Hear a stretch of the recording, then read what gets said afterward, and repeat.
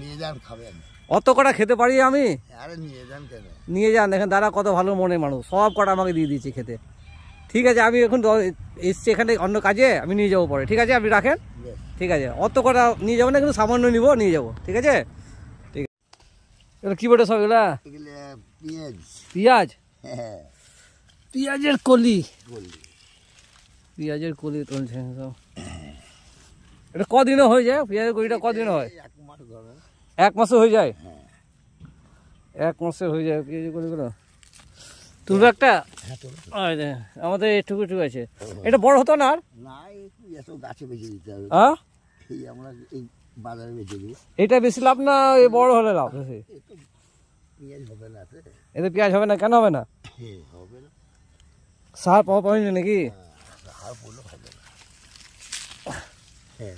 এই তো এখন এগুলো কত কেজি পাওয়া যাচ্ছে বাজারে? এখন ওই 40-30। 40-30 কেজি। আমি এখন একটা গ্রামে এসেছি, গ্রামে সবজি চাষ দেখতে কীভাবে হচ্ছে। এই দাদা, আপনার নাম কি? আমার নাম প্রশান্ত। প্রশান্ত? প্রশান্ত দাদা, এটা হলো বাগান, এখানে তিনি সবজি চাষ করেন বিভিন্ন রকম। ছোলার শাক আছে, আর এদিকে ওইটা কি মূলো নাকি? এটা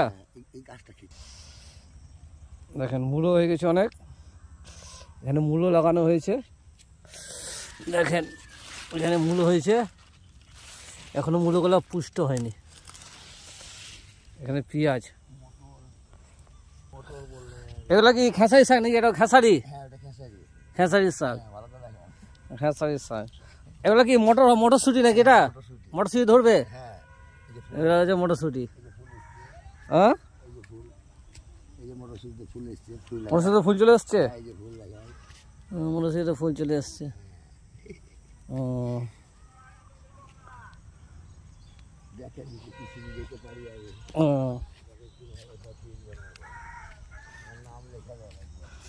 এটা কি ছোলা শাক নাকি ওগুলো? এটা ছোলা শাক করে বীজবেন নাকি? ছোলা শাক করে বীজবেন? ছোলা শাকের এখন প্রচুর দাম, 100 টাকা কেজি উপরে না? এখন এরকমই আছে না ছোলা শাক?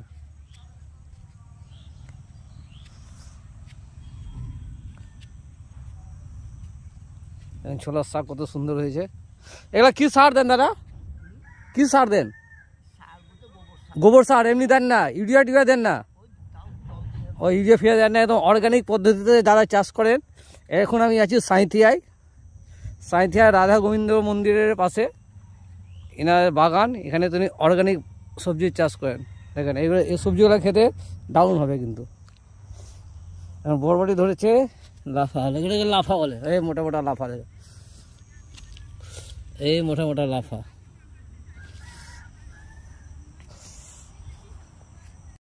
দেখেন এখানে লাগানো হয়েছে ধনে পাতা।